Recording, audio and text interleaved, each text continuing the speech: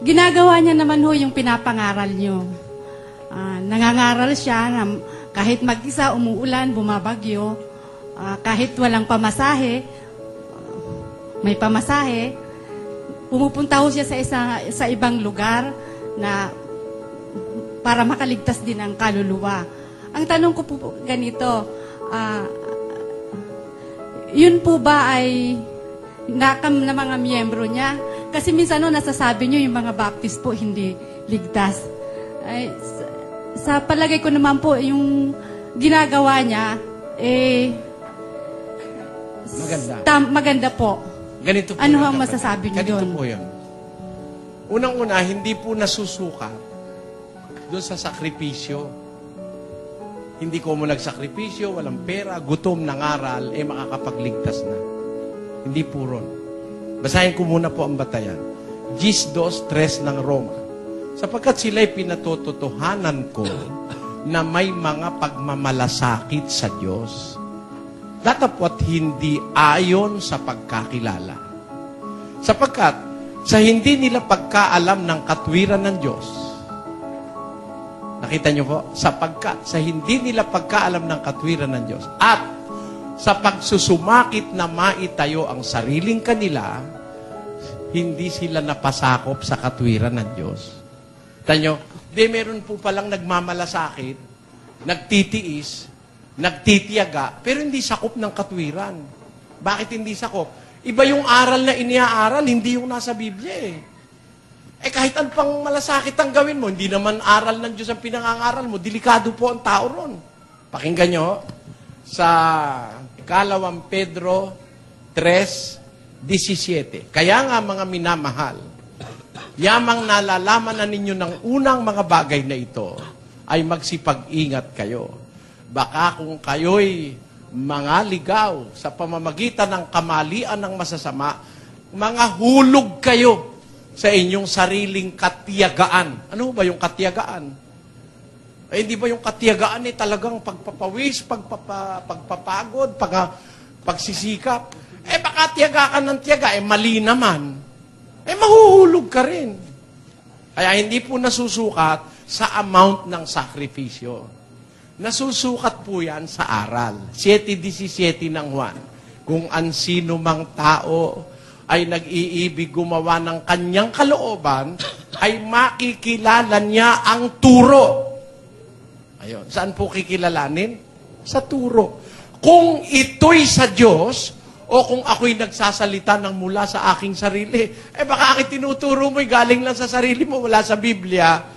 Kahit na nga magpawis ka ng dugo, hindi ka maliligtas. Kahit kung magpawis ka ng, tinan ninyo, bigyan kayo halimbawa, merong isang tao, nagmalasakit, pero mali ang ginawa. Namatay pa Nagalit ang Diyos Pakinggan nyo kasaysayan ni Uza sa isang talata ng 2 Samuel 6:6. At nang sila'y magsidating sa giikan ni Nakon, iniunat ni Usa ang kaniyang kamay sa kaban ng Diyos. Bakit? At hinawakan, sapagkat ang mga baka ay nangatisod. Alam nyo naman siguro yung kaban ng tipan, yung pinaglalagyan na 10 utos. Isang kahunho yun na gawa sa akasya na may ginto. Nandun yung mga kautusan ni Moises. Pagka yun isinusulong yung kampamento, binabiyahe yun, sakay ng mga baka sa parang isang karwahe. Natisod yung mga baka, yung kaban ng Diyos mahuhulog. Ang ginawa ni Usa, sinalo. Ano nangyari? At ang galit ng Panginoon ay nag-alab laban kay Usa. Tuloy. At sinaktan siya ng Diyos doon dahil sa kanyang kamalian. At dooy namatay siya sa siping ng kaban ng Diyos. Kita nyo? Kung ang paghahatulin tao, ba't naman papatayin mo Diyos? Nagmamalasakit lang naman para wag mahulog yung kaban. Mali kasi. Bakit? May batas. Ano ang batas? Basahin natin ang batas. Pakinggan nyo.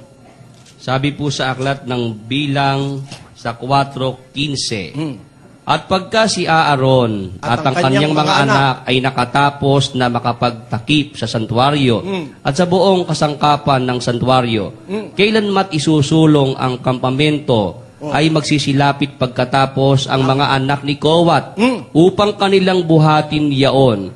Tatapwat huwag silang hihipo sa santuario. Baka sila'y mamatay. Ganyo? Bawal humipo eh. Eh kahit masabihin mo nagmamalasakit lang naman ako Diyos, eh sinabi na sa'yo bawal humipo, marunong ka pa sa akin. Patay ka. O hindi ba ganun na nangyari kay Usa?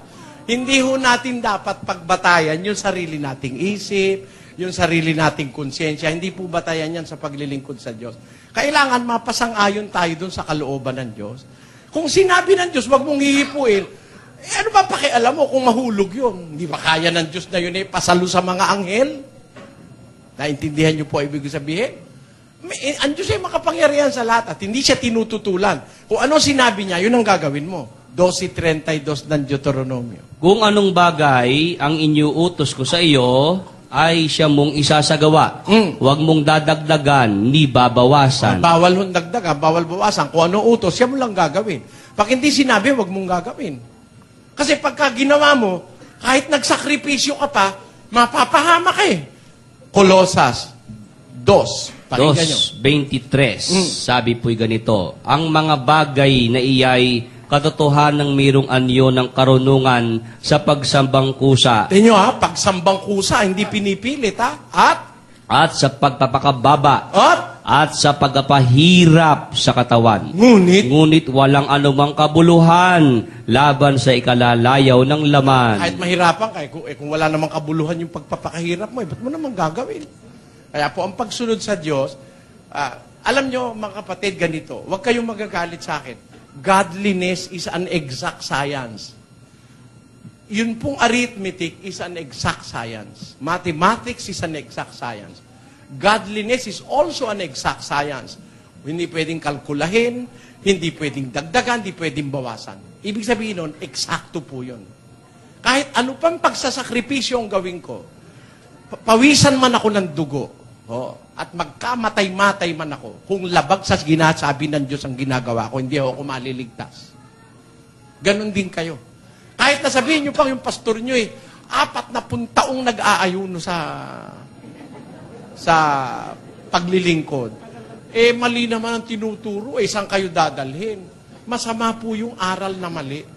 Halimbawa, ako nangalon niya. Ang aral ko tama. Si David, nangalon niya. Ang aral niya tama.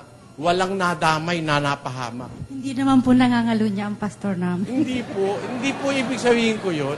Ang ibig ko po sabihin, nagpapakita ko sa inyo halimbawa, si Haring David, mangangaral po yun. Yung pong mangangaral na si David, nangalon niya. Pero basahin mo, tinuro niyang aral, puro tama. Ibig sabihin, yung aral kasi ang susundan ng tao eh.